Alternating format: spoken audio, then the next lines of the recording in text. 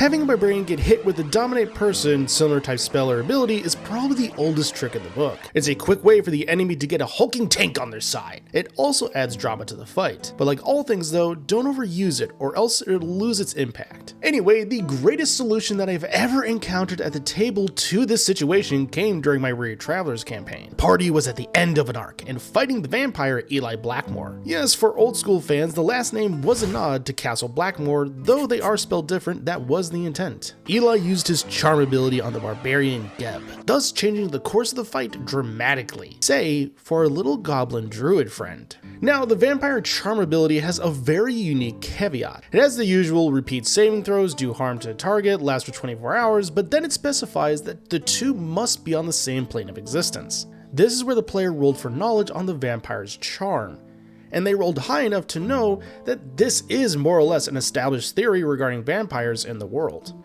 With the player seeing that as the go-ahead, cast Banishment on Geb.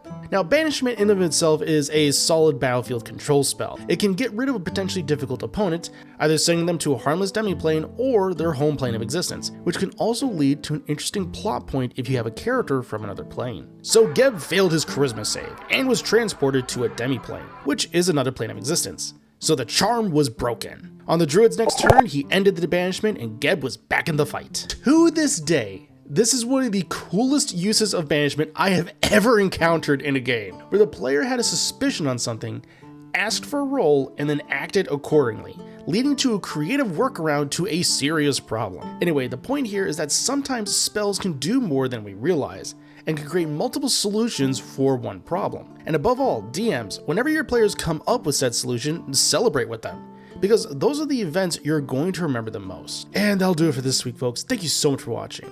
Share with me your favorite solutions you or your party came up with down below.